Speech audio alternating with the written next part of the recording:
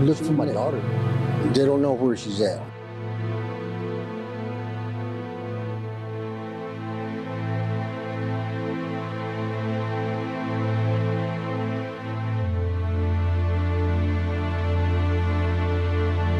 I am sick and tired of it. Pranto per la strage nella scuola elementare in Texas.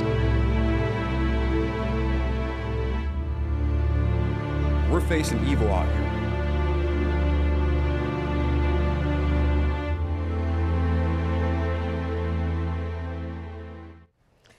It's an unthinkable tragedy that's hard to put into words. 19 children and 2 teachers gunned down inside an elementary school in Texas.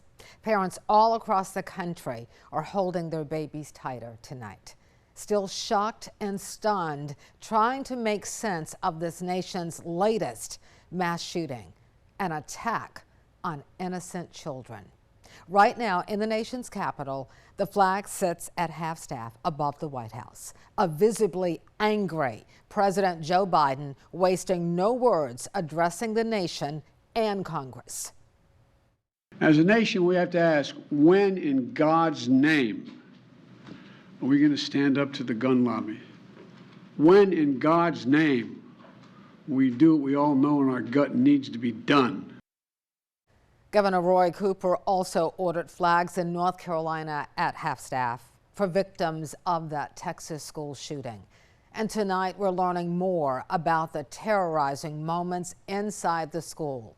The gunman barricaded himself in a 4th grade classroom and slaughtered the children and teachers inside.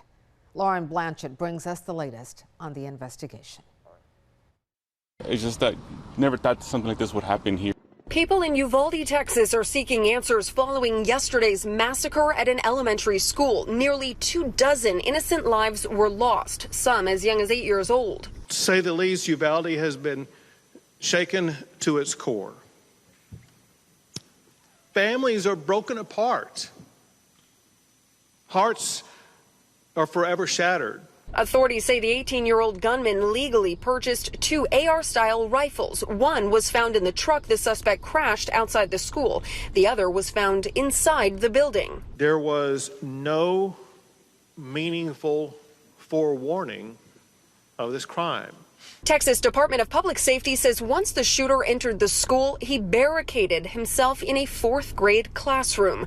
That's when he started shooting the children and teachers inside. One of those victims was 44-year-old Eva Morales, a teacher, her family remembering her as a hero. She had laughter that was absolutely contagious, and she really treated everyone with so much light and love. At a press conference today, gubernatorial candidate and former Congressman Beto O'Rourke lashed out at the Texas governor. This is totally predictable when you... Sir, you're out of line. And for families of Sandy Hook, this brings back really bad memories. A gunman took the lives of 20 children there and 6 adults at the elementary school in Newtown, Connecticut. Now, almost 10 years ago, firefighters in that area put a flag at half-staff to honor the children and staff killed on the other side of the country. A mother who lost her 6-year-old son in Sandy Hook says the difficult days are just getting started.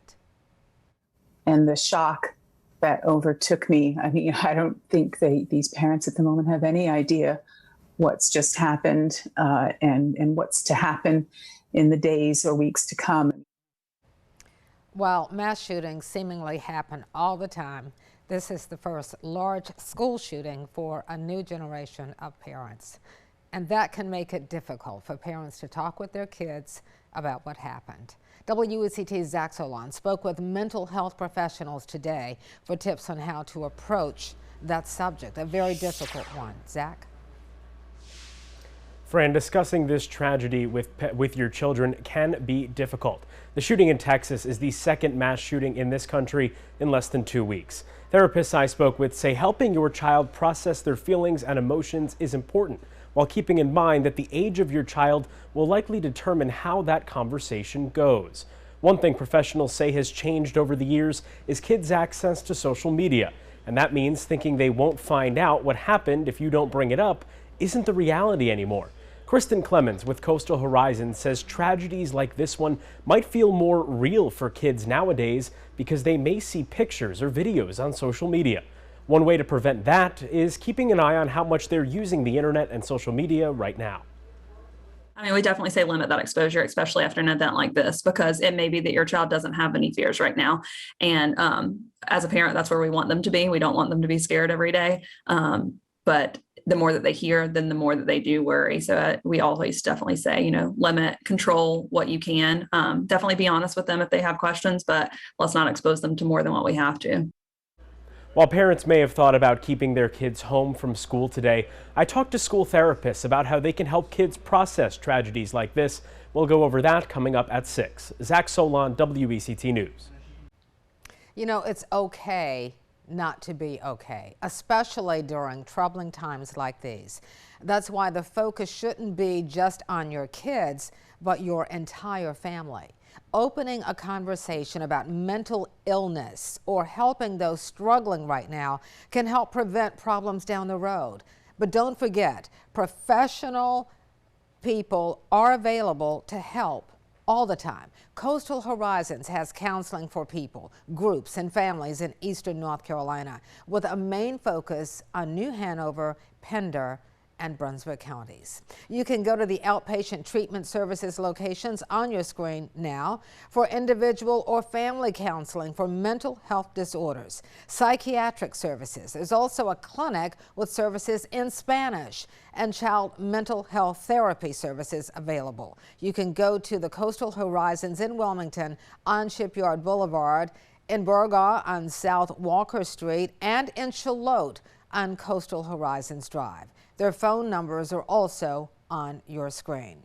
And as the nation tries to make sense of this, the debate on gun control fires back up. We'll take a look at what's being said in Washington coming up at 5:30. And you can keep up with the latest updates at any time on the WECT News app. Turn on breaking news alerts to get instant notifications of any new developments. This is WECT News at 6. Right now, fire crews are working to control a gas leak. They found it while clearing debris from this massive house fire in Ocean Isle Beach. Good evening, everyone. Thanks so much for watching tonight. I'm John Evans. That fire gutted a pair of homes late Wednesday night on Ocean Isle West Boulevard.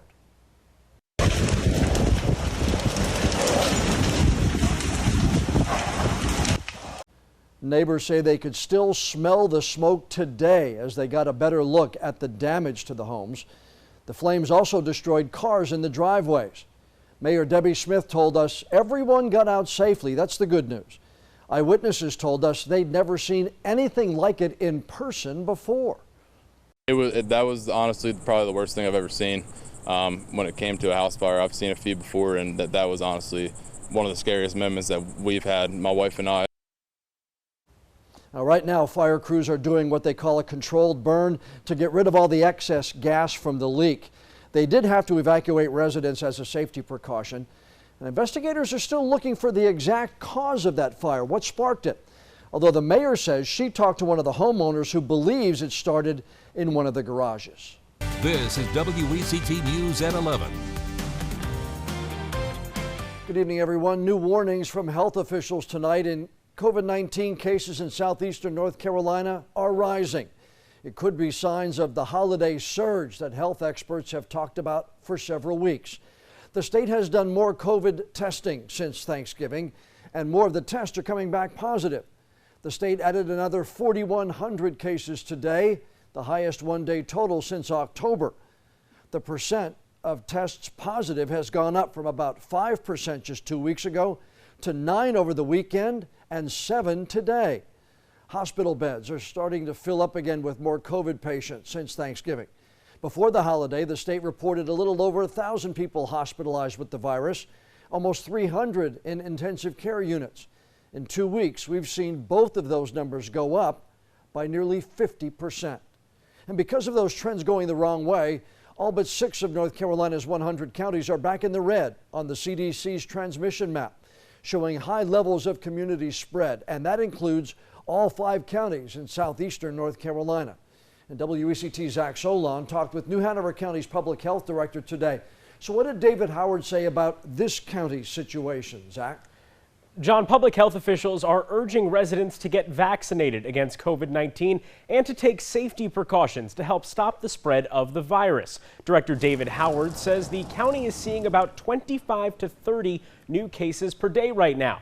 Now, that's not nearly as high as the 200 to 300 cases per day seen during the height of the Delta variant surge over the summer. During that time, Howard and the health board put the indoor mask mandate back into place. I asked him if there are talks about doing that again with this new increase. Howard said they do not plan on taking those measures this time around, but he added that there is still a lot to learn, even almost 2 years into the pandemic. Yeah, we don't have any anticipation of needing to do that. We were in a pretty difficult spot with the Delta variant spreading so quickly. On that note, we don't know yet for sure with any certainty how transmissible the Omicron variant is and how fast that might spread. To show you just how the numbers have gone up since the health board lifted that mask mandate a month ago, let's take a look. That was November 12th. The percent of positive tests in the county was under 3%, and the average rate of cases per day was just over 14. But now let's look at these numbers today. The percent of tests coming back positive in New Hanover County is nearly 6%, and they're seeing an average of just under 30 new cases per day. That's why the health department is encouraging people to continue to take measures to protect themselves from the virus, including getting the vaccine. It sincerely is a protective factor for everyone getting the vaccine, especially for severe illness, hospitalization, and let's face it, that large hospital bill that comes after that event, right? Let's all avoid that if we can.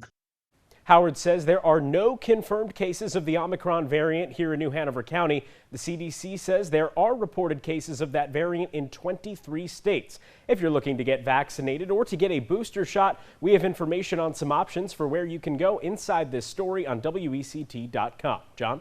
Zach, thanks for the update tonight.